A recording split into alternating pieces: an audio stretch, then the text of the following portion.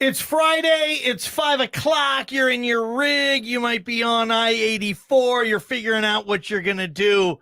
And you're in the perfect spot, aren't you? Right here, Idaho Sports Talk in our sweet spot, joined in studio by Boise State Athletic Director Jeramiah Dickey. Would like to welcome our video audience to the program. If you want to watch this interview as well, you can find it on all of our social media channels. Jeramiah Dickey, you old son of a gun. Welcome back to the studio. How you doing today, man? I hope people aren't watching. I have a radio face, Yeah. Like, I'd rather them just listen. You got a nice radio voice too, JD. Yeah, well, thank you. I appreciate that.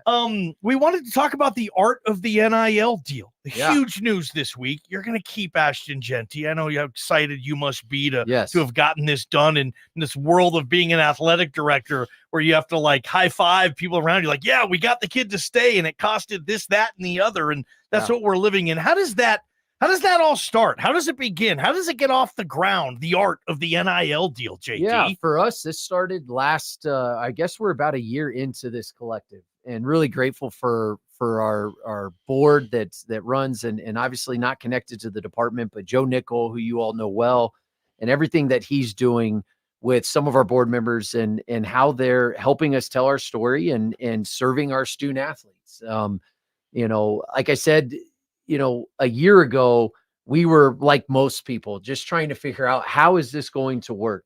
And we have a good setup. We're never going to have what everyone else has, but we have something that they don't. That's an amazing community. That's the overall holistic student athlete experience. That's important to me. It's important to our coaches, and obviously a rabid fan base that is willing to support. And you saw all that come together with a lot of time, effort, and energy in terms of creating something that's within the rules that we can stand by and know that we're doing what's right. I mean, it's crazy to think, JD, but I mean, you said we want to operate as a Power 5 program. I don't care what league we're in. Right. JD, you're operating as a Power 5 program, keeping one of the best players in the nation, keeping him happy. Not every program does that. With the Genty Case specifically, were you ever able, because you're a hands-on AD. These guys all say that in their interviews too. Jeremiah called me. Jeremiah texted me. What was your one-on-one communication like with Ashton Genty, maybe in his family too? Just this process. JD and AJ too, two of the biggest sports names in this town. You guys got together. What'd you talk about? Well, a lot of the conversation, quite honestly, is tied into our relationship with Joe and making sure that we're following the rules. There's a lot of tampering going on. And I know some coaches, are pretty public about it. And, but I'm not going to get into what I know in regards to some of that, but it definitely is something that we're navigating. And I think the relationships that I have with our student athletes, that our coaches have with our student athletes, it's important. They understand where our heart is. They know that we love them and care about them, and that we're providing them a different experience, and it's above and beyond the dollars and cents. And so, yeah, Genty's a Texas kid. Obviously, I wouldn't say I'm closer than anyone on staff. They have the relationship with him. Yeah. But we know what the offers are. We know what's out there, and ultimately we have a process in place with Joe and our collective that we were able to hold on to him, and I'm grateful for that. And we did everything within the rules, and that's what it's about. Boise State Athletic Director Jeramiah Dickey talking about the art of the NIL deal. All right, Jeremy, and we're going to get into the football scheduling here in a couple of minutes as well. And then we even have a little surprise for you, Ballgame and myself. But the art of this deal. You've been talking about NIL. Joe's been talking about NIL. Everybody's been talking about NIL for a year. We've been spreading the love of NIL on the show for a year. But until it happens, it's kind of like fans in the background are kind of in denial. All of a sudden, here comes the star quarterback, and he's gone. Transfer portal, no NIL. That's sobering and humbling to everybody, the fan base. And then all of a sudden, Ashton Genty comes in, and it's quite the opposite. You guys put together this deal. So I think it was a great lesson learned for this entire community last week. I think it's good that information got out. I think it's good that Genty's NIL package got out, $300,000, a residence, and a car. I think all that is educating the fan base in terms of that. So you guys don't usually like to do your business behind the scenes. In this particular case, spreading the word and educating people, to me, has to be a good thing for you. It is. I mean, you're also balancing the locker room and the relationships that we have, and that matters. We're balancing 18 sport programs and 350 plus student athletes. Obviously the collective, it's here to stay. At minimum, the ability for student athletes to take advantage of their name, image, and likeness. What this started off with versus what we're actually navigating now are completely different. And that's where you're seeing a lot of the public response to collectives and student athletes getting paid in general. This is here to stay. I firmly believe that. We're not going backwards. Okay. We're going to have to embrace it. And like most things, we have the opportunity to play the hand we're being dealt and do it to the best of our ability, or we can cry over spilt milk. We are not criers. We are going to figure it out. We are going to find solutions. We're going to embrace the challenges. And that's where I'm really grateful for people like Joe and the collective and Bronco Nation stepping up. You saw a lot of people step up this week. Wow. And I think that's what it's going to take. It takes a team. We said it 3 years ago. We cannot do it alone. And we knew what was coming. And now that you see that it's there, and it's not just us being impacted. We talk about our quarterback. What about Ohio State? What about Oklahoma? Yeah. They're spending a lot more than Yeah. our collective is spending, but yet they are still running through these challenges as well. We are going to embrace it. Everything happens for a reason. We're going to find a way forward. And that's my promise. It always has been our promise. And I feel like we have a partner in Spencer and our other coaches as well, that they understand what we're challenged with, but we're going to find a way. Another part of I'm very curious about the specifics here, and this is probably where you can't go, but I'm going to ask it anyway. Ashton Genty comes to whoever, Spencer, you, Joe Nichols, mom and dad, whoever, and says, guys, I want to play at Boise State, but let's figure out a deal here. And do you have to call Joe Nickel? And Joe Nickel, the Horseshoe Collective, nonprofit, charitable-based, community-based, and then trying to raise money to work with these situations. Do you have to call Joe Nickel and say, Joe, I need $300,000, and he's got it, and he just writes a check? Or does Joe go out and raise $50,000 from 6 different people? I suppose at the end of the day, it could work both ways. Yeah, I mean, I think that's the challenge. And back to your original question, when you look at what we're fundraising for, it's everything, right? And everything's a priority right now. All we're doing is splitting the same size pie. We're just splitting it in multiple pieces. Yeah. Joe is constantly fundraising and monetizing that space. And he's partnered with people within the community that very much care about our student athletes, their experience, and our program. And so when something like that comes up, the first question that we ask always, do you want to be a Bronco? That is the number one priority. Okay. We are not going to just operate within the system that's been defined for us. We're not going to just pay and which obviously there's rules that we have to navigate around that, but that's not how we start conversations. That's not how we recruit. That is not how we hold on to student athletes. We decide, we need to know from them, are they in? Mm-hmm. Do they want to be a Bronco? That's first and foremost. And then after that, we have the systems in place, whether it's through Mike Walsh and name, image, and likeness that we have very much embraced, or it's through Joe Nickel and the collective, which is a little bit separate and different. Or it's just in general that people want to support our program, which we have the means to do that too. So there are a lot of moving pieces to this. Jeramiah Dickey in studio here on Prater and the Ballgame, Idaho Sports Talk. The NCAA, I don't talk about them as much anymore. They came out, they said they're going to have a proposal that's going to allow schools to write the checks and pay the players, kind of eliminating this whole middleman of collective. They think that would make things run more smooth. I don't know if you saw that. Do you believe them on that? Is that the best way to do this, in your opinion, JD, where you guys at Boise State, the check these guys receive can have your address on the upper left corner there? Yes, I would say it. And now, once again, I'm not an attorney, and understanding there are a lot of lawsuits and other things playing out publicly, and I haven't had as much time recently to catch up on that. Slacker. Yeah, I know. I need to catch up on it. But what I will tell you is I would want to control everything. Okay.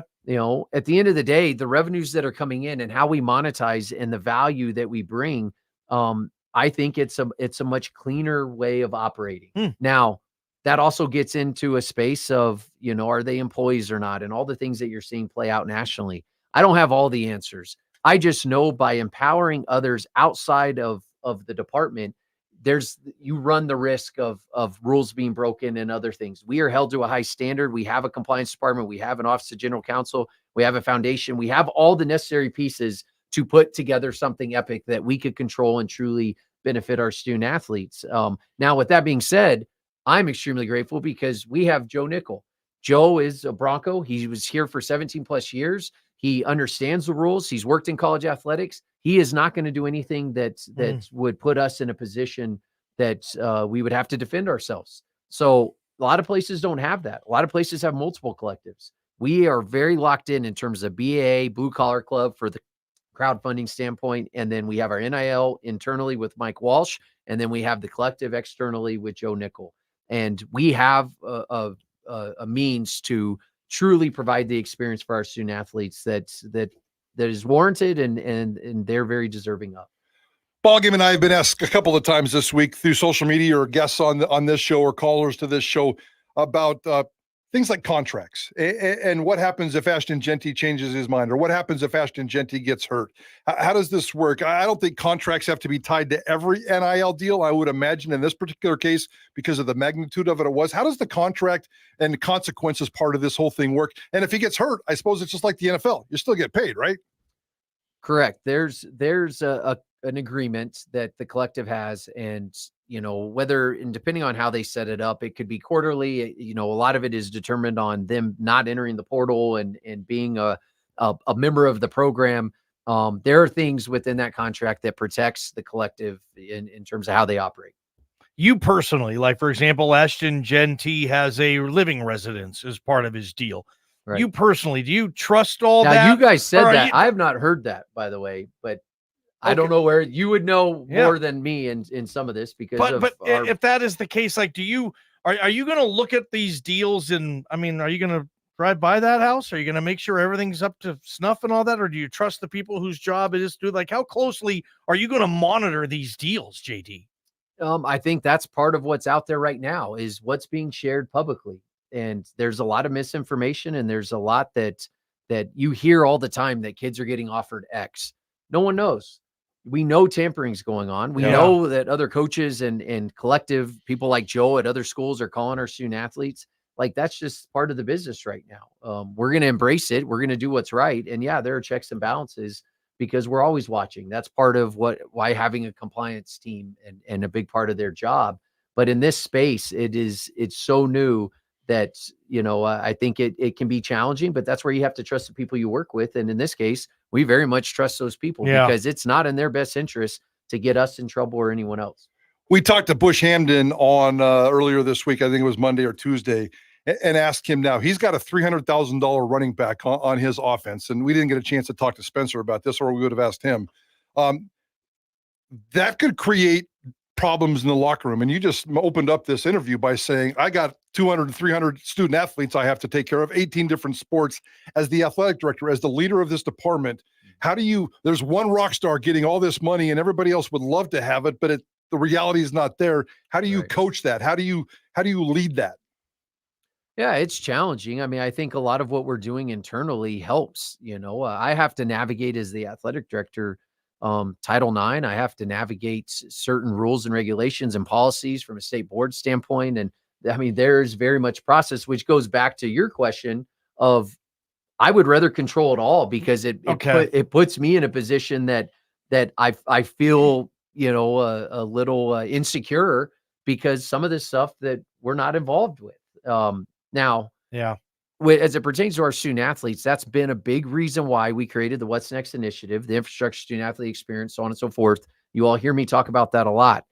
That's why we're fundraising for lights at softball. That's why we're fundraising for lights at soccer. That's why we're fundraising for volleyball and beach volleyball locker rooms and lights at volleyball actually this year too. Okay. We did a lot of lights this year. But that's a big part of it. My duty and responsibility is not just to football, not just to men's basketball. It is to 18 sport programs, and we take that seriously. Now, from a collective standpoint, there's also other things going on in terms of volleyball and women's basketball and other sport programs. And you've seen people like Paige, have name, image, and likeness agreements. And it is important to us to do our very best to provide the best experience for these kids. And that's something we take seriously. Is it perfect? Yeah. We're kind of like everyone else. Just as we move forward, we're making our own rules as it pertains to what the NCAA allows us to do and making sure that we're locked in on that. And there's coverage for us to protect them and us in the process. We don't want anyone to lose eligibility. We want to do what's right. We will always do what's right. I got one more NIL question. I think Prater might want to talk some football scheduling as well. Jeramiah Dickey live in studio right now on IST. Prater in the ball game, 5:00 Friday night. Got a few more minutes with JD. Salary caps for college football. Just coming out, being transparent, saying, hey, this roster, we want to be a $600,000 a year salary cap for this roster. Right. And if that means on one particular year, one guy's getting 300 of that and you're fighting, is that going to be the future? Do you think that would be easier for ADs and football programs and collectives to get a commitment and have a cap every year? Is that the future of college football? And then the fans are well aware with what their cap is and how players come in and how they put those pieces together? Right. It could be. I mean, at the end of the day, we can look at the NFL and the professional models. They're locked in. That's where we've always ridden this fence, which has barbed wire on it, so it's uncomfortable. That's where we've always straddled this fence. And I don't have all the answers. I know it's very difficult, but when you're an institution, my job is to do what's best for our institution within a conference, within an association. It creates challenges. And so, yeah, I think that we should get to a space where we know what everyone's operating with. Okay. And ultimately, like, what's the difference between today and 10 years ago, 20 years ago, when now the cash isn't in a brown bag? Yep. Like, what's the difference between maybe what some of the bigger schools have been doing? We're still going to be slotted.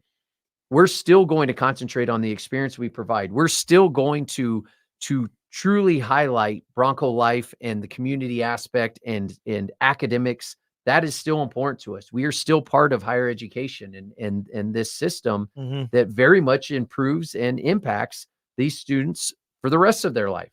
That's important to us. Can we figure out a system that works where they're getting what's owed to them or what they've earned, or however you want to define that, and still protect us in the process and allow us as athletic directors to control more of it?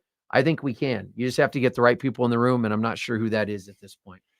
Jeramiah Dickey joining us for a couple more minutes before he gets out of here, Coach. I mean, I guess you hired a football coach this week. He's been on the job. Right. He's been on the job for 5 days now. How's he doing? He's doing well. You all know Spencer. I mean, his energy level, it's contagious, and I'm grateful. He, him and I are very similar in many ways, and he hit the ground running as soon as we got through Monday.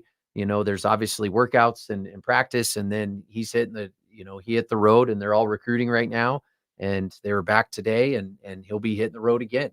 So I think that's, he has not, it's not like a honeymoon phase of you get named the coach and you get to take time. We got a bowl game to prepare for. We have signing day coming up on the 20th, and we got a lot of work ahead of us.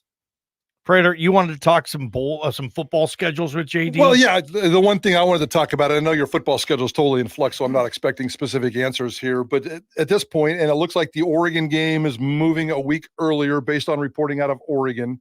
At this point, do you expect Oregon State, and Washington State on your schedule next year? I do. Okay. So we're not going to lose the Oregon game at this point. Obviously, no. Washington State and Oregon State are going to be part of the alliance. So Correct. All three of them. And then Portland. Now, what I would tell you is, and I'm sorry for interrupting. No, go ahead. What I would tell you is we're taking kind of a year-by-year approach to this. There's still a lot of moving pieces. We are still navigating realignment from last year in Houston. I'm still navigating that. We're navigating what the future looks like because everyone's defining their schedules. So specifically with, say, an Oregon and the Big Ten schedule and how many non-conference games they can have. And so there are a lot of moving pieces to this. It's uncomfortable.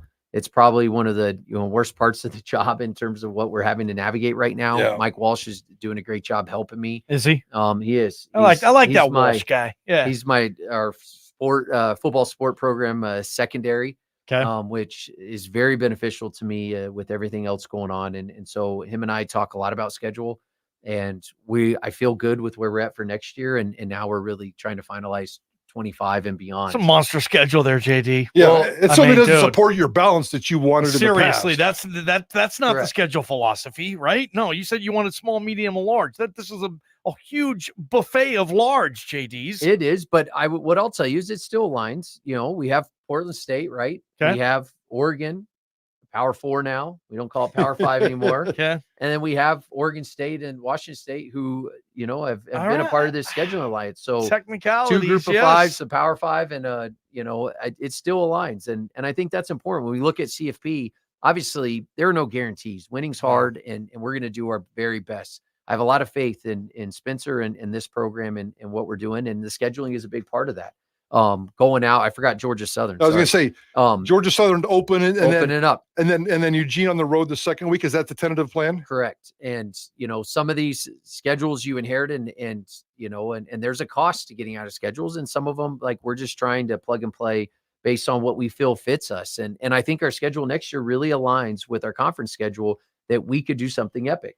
And that's always the goal. And as we look ahead, that will still be our philosophy. We've talked a lot about this. We don't need to play 3 Power 5s every year. And what we proved this year, and I'm really proud of our team, which we've talked about this before. What we proved this year, and especially when I was in that New Mexico game, and I'm looking at our crowd at 8:00 at night, cold, and 2 teams that at that point were struggling.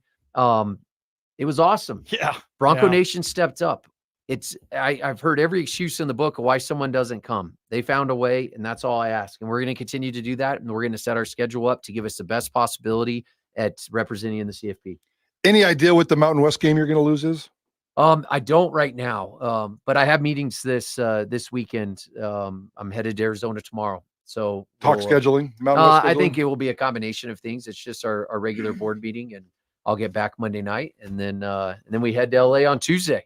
Jeramiah Dickey, a little birdie, told us today that, actually screaming loud on social media, it's your birthday. We were told we had to get you out of here at 25 because you have a big hot opening this? Yes, you have a big hot date for your birthday tonight with the wife, and we were told that get you a gift and get you out of here by 25. So happy birthday. December 8th. Jeramiah Dickey, happy birthday. I feel like my wife's not going to like this. Yes. Yeah. When are we going to go smoke one together, Prater? Those are from We've been trying to do this for 3 years. Those are from our boy Ryan at Sturman's, and he told me awesome. He told me to tell you hello. And Ryan's a good man. Ryan's a good man, does some business here with us, and so he kind of hooked me up, and I got some intel, and I was told that you like certain cigars, but that might not be cigar number 1 for you, but it's probably cigar 1A, and a couple of good ones. And enjoy this is perfect. Thank you. And one day didn't have to do that. And one day we will sit on the porch and smoke a cigar. We need to. I'm almost up for air. So yeah, if you can just quit screwing around. When we get back from this bowl, let's plan on it. Let's see. Maybe we invite some people out. December. Have a cigar party back on 16th. Yeah, with JD. Done. Okay. Happy birthday, man. Thank you, guys. I appreciate it. Always appreciate your time. Broncos. Ladies and gentlemen, there is Jeramiah Dickey, Boise State Athletic Director, and that is why you listen to Idaho Sports Talk. Let's recap this and open up the hotline. 208-424-9300. Prater the Ballgame. KTIK, the ticket. From the Beacon Plumbing Traffic Studios, this is Ticket